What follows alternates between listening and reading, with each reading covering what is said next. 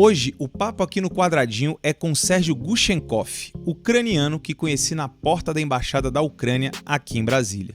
Ele contou um pouco de como era a sua vida durante a infância na ex-União Soviética, com forte repressão russa da cultura ucraniana. E claro, falamos muito sobre a invasão da Ucrânia, das questões políticas e de como seus familiares, principalmente seu pai, coronel do exército, estão resistindo à invasão. Esse é um dos episódios mais marcantes e importantes do Quadradinho, então eu peço para que você compartilhe com o maior número possível de pessoas.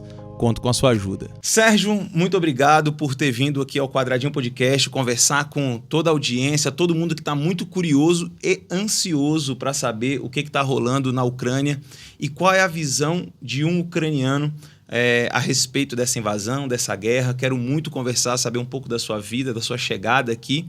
E de como você está vendo aí toda essa questão envolvendo a invasão da Ucrânia. Então, obrigado por estar aqui no Quadradinho. E eu queria que você começasse se apresentando, dizendo para a galera quem você é e como é a sua história, como é que você chegou aqui. Muito obrigado por ter vindo. Obrigado, Tobias. Antes de mais nada, obrigado pelo convite. É realmente um grande prazer poder estar aqui, conversar sobre coisas que talvez na Ucrânia que talvez seja uma incógnita para muitos brasileiros, e estou aqui realmente à disposição a responder qualquer tipo de pergunta a respeito. Meu nome é Sérgio Guchenkov, eu tenho 42 anos, vim para o Brasil em 2007. Eu vinha antes, mas eu vim com residente permanente em 2007 para trabalhar numa empresa binacional, um projeto na área espacial, que a Ucrânia trouxe a tecnologia de foguetes, né, para construir uma base de lançamento espacial em Alcântara e lançar cargas úteis a partir de Alcântara. Infelizmente, o projeto foi terminado pelo governo brasileiro, mas a gente acabou ficando. Entendi. Você ainda trabalha nessa mesma empresa ainda hoje? A empresa acabou em 2016, que o Brasil denunciou o tratado, infelizmente. Entendi. Mas a gente acabou ficando. Certo. Hoje você veio aqui já com um emprego e uma missão já bem específica. E quando chegou aqui, já trouxe toda a sua família de uma vez ou não? Primeiro você veio sozinho e depois trouxe a família? Não, eu vim assim, depois procurei apartamento para alugar. Sim. Aí depois trouxe minha família, que é esposa e filho. E a minha filha, a caçula, já nasceu no Brasil. Sim. Então, seu mais velho também... Sua esposa é ucraniana? Ucraniano. E o seu filho mais velho também? Também nasceu na Ucrânia. Ele tinha 3 anos quando a gente veio para cá. Mas a filha já nasceu aqui. Bacana. E, assim, uma curiosidade mesmo, assim, eu sempre tive a curiosidade de conversar com alguém da União Soviética, porque... Quando eu nasci em 84, eu tenho 37 anos, e a União Soviética já estava quase acabando quando eu nasci. Eu estudei na escola basicamente uma história que já não estava mais sendo contada. E eu sempre tive muita curiosidade de saber sobre a União Soviética. E você, como uma pessoa... Você é de que lugar da Ucrânia? De Kiev? Eu nasci em uma cidade chamada Poltava, que fica a uns 350 quilômetros de Kiev. Mais para o leste, ele próximo à Rússia? Mais para o leste, embora a Poltava seja considerado assim o epicentro da cultura ucraniana. Até dialeto de Poltava foi usado para, assim, língua ucraniana culta, língua ucraniana padrão. Sim. E como é que foi essa sua infância num país soviético? Porque a gente estuda e a gente ensina na escola que existia um processo de russificação de toda a União Soviética, ou seja, a cultura russa é que foi escolhida como a cultura, a língua principal de toda a União Soviética, que era formada oficialmente por 15 nações diferentes, embora sejam muito mais etnias do que isso. E como é que foi você ser ucraniano, mas ir para a escola e ter que aprender russo? Como é que era o controle estatal russo na vida de vocês que viviam na Ucrânia, que era uma república soviética? Veja bem, no meu caso foi um pouco mais complexo, porque eu sou filho de militar. Então, eu nasci na Ucrânia, mas eu passei meus primeiros 5 anos na Rússia, na fronteira com a China. Sim. Depois eu passei mais 6 anos por aí. E depois passei mais 5 anos na Alemanha Oriental, junto com minha família. Então, eu cresci falando 98% só falando russo. Sim, a gente falava um pouco com os pais em ucraniano, mas a língua, quer dizer, a língua de comunicação e da minha educação era russo. Sim.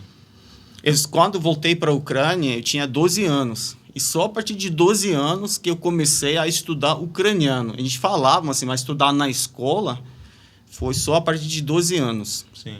E nossa escola ainda, mesmo na Ucrânia independente, a língua de estudo era russo. Então a gente estudava, já passou a estudar a língua ucraniana, a literatura ucraniana, a história da Ucrânia, a partir de 12 anos de idade. Mas a língua de ensino era russo. Então, assim, eu terminei o ensino médio estudando em russo. Entendi. E só quando assim, entrei na universidade, aí que já o ensino já era em ucraniano. Certo. Então, no meu caso, não assim, o caso típico, digamos assim, da Ucrânia. Existe esse conflito étnico no qual os ucranianos étnicos têm colocado os ucranianos apenas de nacionalidade, mas russos étnicos como um povo de segunda categoria, no que o Putin tem falado de desnazificar a Ucrânia, ou seja, os partidos de extrema-direita neonazistas que estão se associaram ao governo ucraniano do Zelensky para exterminar esse ucraniano russo étnico. Isso tem acontecido? Na sua visão, isso é real ou isso é uma narrativa? Primeiro, vamos aos fatos, primeiro. Vamos tocar no assunto de nazismo primeiro.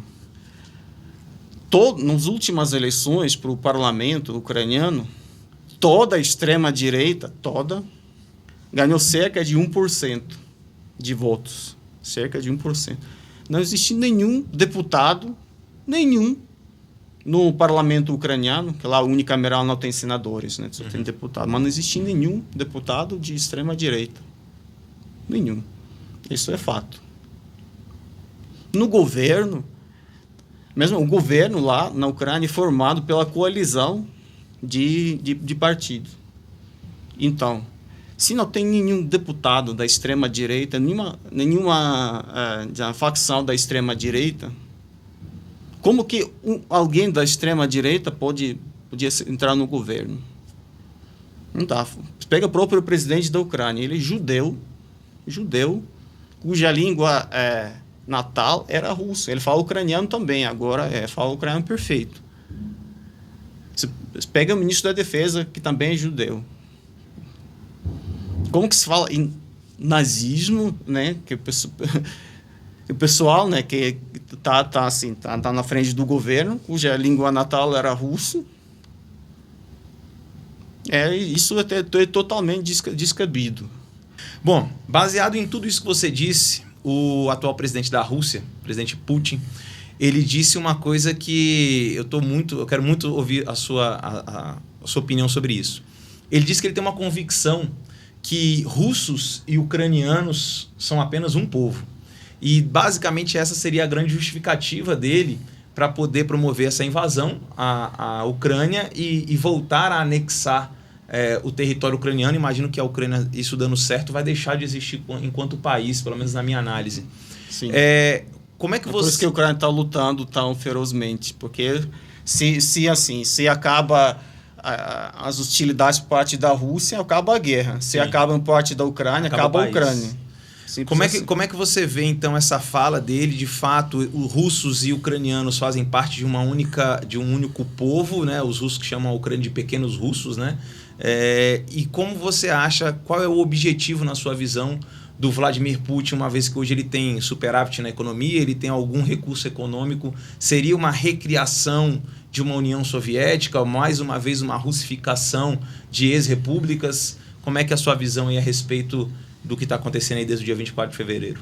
Bem, pelo jeito é o que eles estão tentando fazer, mas para a Ucrânia isso não era surpresa nenhuma, porque assim, você pega Geórgia, né, que eles tomaram parte da Geórgia em 2008, o mundo não reagiu, eles sempre faziam essa tentativa.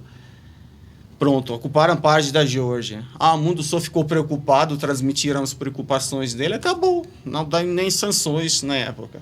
Quando invadiram a Ucrânia, tomaram parte da Ucrânia, sim, já aplicaram sanções, mas também sanções mais de brincadeira, não eram sanções sérias. Então ele estava testando o mundo para ver aonde o mundo vai chegar. Acho que agora ele tinha alguma convicção, pronto, vai ocupar a Ucrânia rápido, em 3 dias, sim, o mundo vai protestar, vai aplicar mais sanções ainda, mas depois vai aceitar a realidade e vai continuar sendo business as usual, né? Negócio como sempre. Só que assim, né? Voltando a essa parte da diferença entre o povo ucraniano e o povo russo, sim, o Império Russo e depois a União Soviética faziam de tudo para criar um povo soviético. Eles faziam grande esforço para fazer isso acontecer e realmente mandavam, por exemplo, para a parte leste da Ucrânia, porque ainda tem muito falante que fala russo, na cidade grande principalmente, porque mandavam pessoal para lá de todos os cantos da União Soviética para industrializar aquela região. Então, foi essa a tentativa, mas o fato é, por exemplo, você pega, por exemplo, até meu avô, um dos meus avós que era russo, até ele sempre dizia que quando viajava da Rússia para a Ucrânia, era muito visível, assim, quando acaba um povoado russo e começa um povoado ucraniano, que a aparência era muito diferente. Já. A língua também, apesar de toda a repressão, quer dizer, por exemplo, o russo que nunca teve contato com o ucraniano não vai entender nada. Se eu começar a falar ucraniano para ele, não vai entender nada. Zero. É o ucraniano que todo bilíngue, né? Que todo ucraniano entende russo, obviamente. Mas é outra língua. Os russos, eu já experimentei umas vezes, né? Os russos que vinham para a Ucrânia, para os eventos lá, até nos anos 90, início de 2000, começavam a falar, cara, vamos fazer um experimento, eu vou te falar contigo ucraniano, você me fala o que você entendeu. Nada. Quer dizer, algumas palavras até pegava, mas o sentido eles não conseguiam entender. Então, tem outra língua e o mais, assim, a maior diferença é a diferença em mentalidade. Por quê? Por exemplo, você pega... E os russos sempre subestimavam isso e agora subestimavam a mesma coisa. Eles acham que o ucraniano tem a mesma cabeça, o mesmo raciocínio, igual o russo, mas não é. Eles achavam que iam começar a bombardear assim, a Ucrânia vai se render com força bruta, né? Como infelizmente os russos que saem para protestos, né? Qualquer força que aplica nele, pronto, dissipa. E ele achar que vai começar a bombardear a Ucrânia, todo mundo vai ficar com medo, vai se render e pronto. Mas não é assim. Assim, a diferença principal de mentalidade que eu percebo, por exemplo, entre ucraniano e russo, os russos, talvez por causa do clima assim mais rigoroso e tal, eles são muito concentrados assim no poder. Eles adoram um líder, um czar, qualquer coisa. É por isso assim que o Estado russo sempre assim, sempre é forte, pelo menos assim, porque a mentalidade de lá é se juntar em torno a um líder e tal. Na Ucrânia é um país assim, né, que tem terra mais fértil do mundo, que tem o clima, tem um clima muito propício para a agricultura. Então, o ucraniano mais concentrado assim, nas famílias e nas liberdades individuais. O ucraniano, o jeito dele é assim, viver em família, cultivar a terra lá. E o ucraniano sempre odiava o poder, sempre, mesmo na Ucrânia. Isso era grande empecilho também para o desenvolvimento do Estado ucraniano, que o ucraniano odiava qualquer tipo de poder, mesmo o seu próprio Estado. Então, assim, é que os russos não estão entendendo, né? Que o ucraniano está lutando pela liberdade mesmo. Sim, eles estão defendendo. O ucraniano tem o senso assim, da propriedade privada muito forte. É por isso que os soviéticos tiveram que fazer aquele Holodomor, né? Que é aquela fome. Quero falar sobre isso. Holodomor, fome na Ucrânia. Fome organizada, porque os ucranianos não queriam se coletivizar de jeito nenhum. De jeito nenhum. Então, a única maneira era realmente promover aquela barbaridade, matar milhões de pessoas com fome organizada para fazer o povo assim se render. Então, você pega lá, por exemplo, são países diferentes, tem outra língua, apesar também que tem muita gente que fala russo na Ucrânia devido à russificação, aqueles laços, né, que tinha na época da União Soviética, na época do Império Russo e na época da União Soviética. Mas tem própria língua, tem sua própria mentalidade, tem própria cultura, que é bem diferente da cultura russa. Então se pega lá, outra nação, outra etnia, E realmente quando fala lá na Amazônia é a mesma coisa e tal, realmente falta. Não sei se realmente acredita nisso, ou é propaganda, ou falta de entendimento. É difícil explicar, porque não faz sentido nenhum. Tá vendo? O mesmo pessoal assim, que fala russo na Ucrânia, tá todo mundo unido, lutando contra os russos. Sim. Naquelas cidades do sul da Ucrânia, né, que já a Rússia conseguiu assim, invadir umas cidades, o povo sai na rua com bandeira ucraniana e canta aqueles palavrões, né, que já assim, viraram um símbolo de resistência para os russos. Então, os caras que falam russo, predominantemente, saem na rua e mandam os russos cair fora. Você tem família atualmente nas regiões de conflito? Sim. E como é que eles estão lá? Você tem familiares combatendo? Tenho amigos, né, que se alistaram para combater, né, e meus pais, né, já têm 70 anos. Seu pai ainda é vivo? Sim. Seu pai ex-militar? Ex-militar. Soviético. E russo? Seu pai é filho de russo? Filho de russo. Como é que tá a visão do seu pai? Você tem conversado com ele sobre isso? Não, o pai tá revoltado, claro, e pronto para se alistar e lutar. Né? O seu pai tá pronto para voltar ativo? Sim. Sim, ele que me falou. Que, por enquanto, assim, tem gente que não falta, são pessoas, né, para lutar. Mas falou assim, se começar a faltar, eu vou sem dúvida nenhuma. Qual a idade do seu pai hoje? 70 anos. É jovem ainda, 70 anos. Para uma guerra, obviamente que não, mas seu pai sim, ainda... Sim. Então, tem essa sensação de revolta total e toda a nação ucraniana se consolidou. Isso é a única coisa positiva, né, se pode chamar de positiva, que essa invasão da Rússia consolidou finalmente a nação ucraniana como uma nação unida. Sim. Porque agora não tem mais, mesmo que tinha certa simpatia com a Rússia, não tem mais. Meu Deus, eu falei que seu pai é jovem, 70 anos, é que hoje eu olho pro meu pai com 60 e tantos anos e eu falo, pô, quando a gente é mais jovem, a gente acha que com 60 anos vai ser um idoso gagá, né? Meu pai com 60 e tantos anos dando volta aí pelo mundo de moto.